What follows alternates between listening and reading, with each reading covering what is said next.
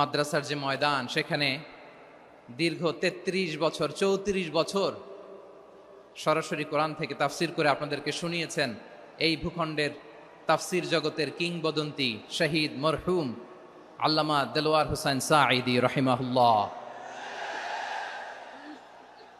আমরা আমাদের আল্লামার জন্য দোয়া করি, আল্লাহ তাআলা মরহুম আল্লামা দেলোয়ার হোসেন সাঈদী রাহিমাহুল্লাহর জীবনের সকল খেদমাগুলোকে আল্লাহ তাআলা কবুল করে নিক।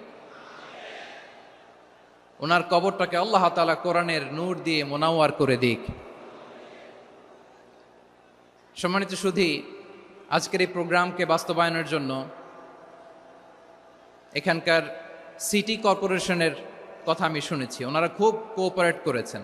প্রশাসনের ভাইয়েরা দিন রাত এক করে কাজ করেছেন। আইন শৃঙ্খলা বাহিনী, সেনাবাহিনী, র্যাব, বিজিবি, ডিবি, গোয়েন্দা সংস্থা থেকে শুরু করে সবাই অত্যন্ত পরিশ্রম করেছেন। এবং আঞ্জুমানে খেদমতে কোরআনের যে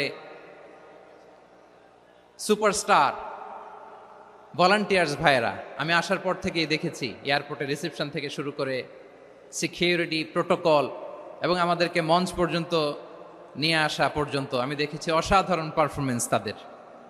আমি আমার অন্তরের অন্তঃস্থল থেকে আঞ্জুমানে খেদমতে কোরআনের ভলান্টিয়ার্স ভাই যারা আছে তাদেরকে আমি শুকরিয়া জানাই।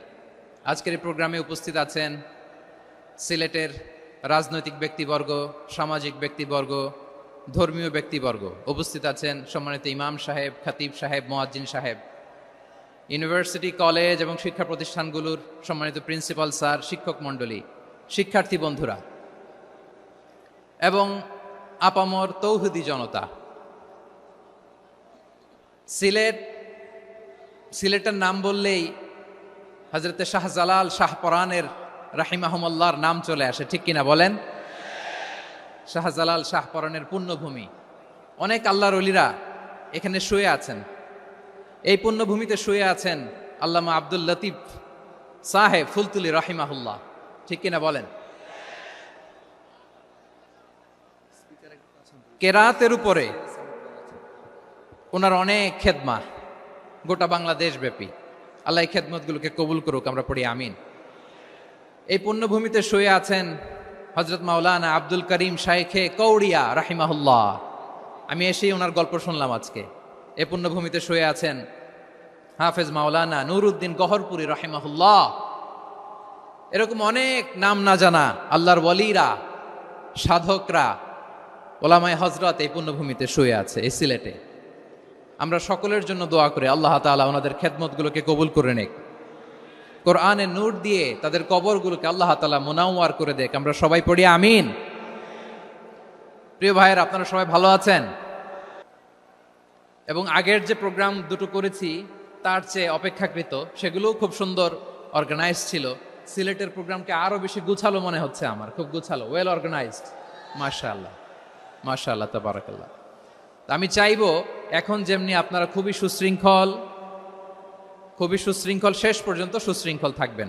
অলমোস্ট সবাই চুপচাপ, এইখানে হয়তো একটু ক্রাউড হয়েছে, মেহেরবানি করে আপনারা শান্ত হয়ে বসবেন, শান্ত হয়ে বসবেন। জি জি, এই তো শান্ত হয়ে যাচ্ছে। মাশাআল্লাহ, সিলেটের ছেলেরা অনেক স্মার্ট, মাশাআল্লাহ,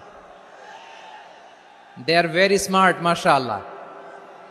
And I see most of the audience are the Gen Z of Sylhet.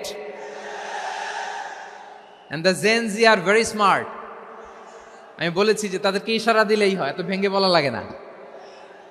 So এই যে এই পাশে যে একটু শাউট ক্রাউড দেখা যাচ্ছে, আমার মনে হয় থেমে যাবে এখনই।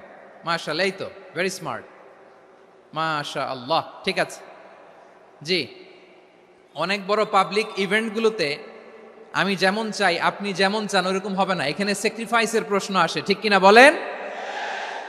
তো স্যাক্রিফাইস করতে হবে এবং 9:30টার মধ্যে আমাকে প্রোগ্রামও ক্লোজ করতে হবে, যেহেতু দূর দূরান্ত থেকে অনেক জেলা থেকে আমাদের ভাইয়েরা এসছে, তাদেরকে আবার নিরাপদে ফিরতে হবে।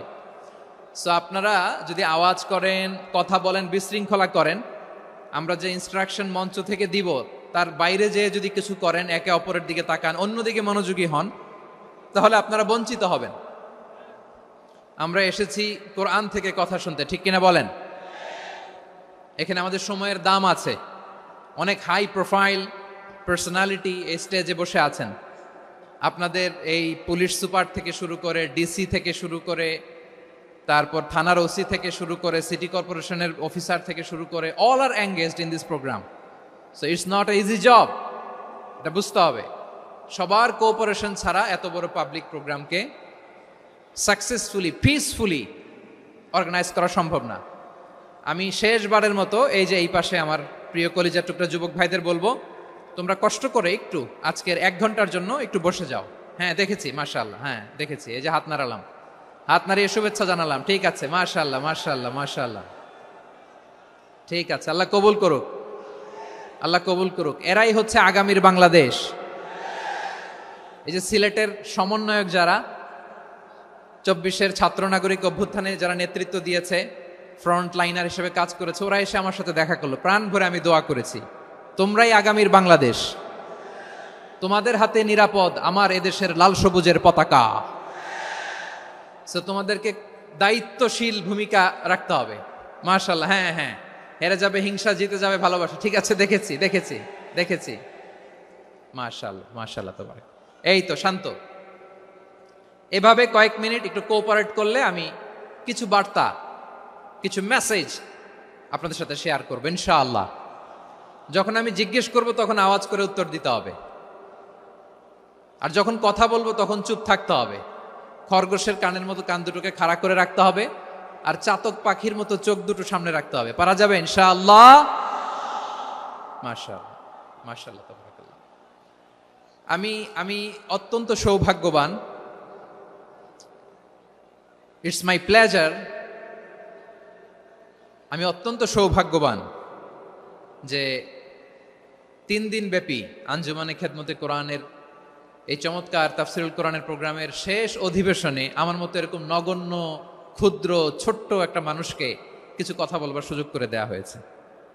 আমি আপনাদের সবার প্রতি অত্যন্ত কৃতজ্ঞ হচ্ছি, শুকরিয়া জানাচ্ছি। আমি আরো সৌভাগ্যবান এজন্য যে জি জি জি এই জায়গা থেকে আমি আর আওয়াজ শুনবো না, হাতও দেখাতে হবে না, একেবারে সাইলেন্ট।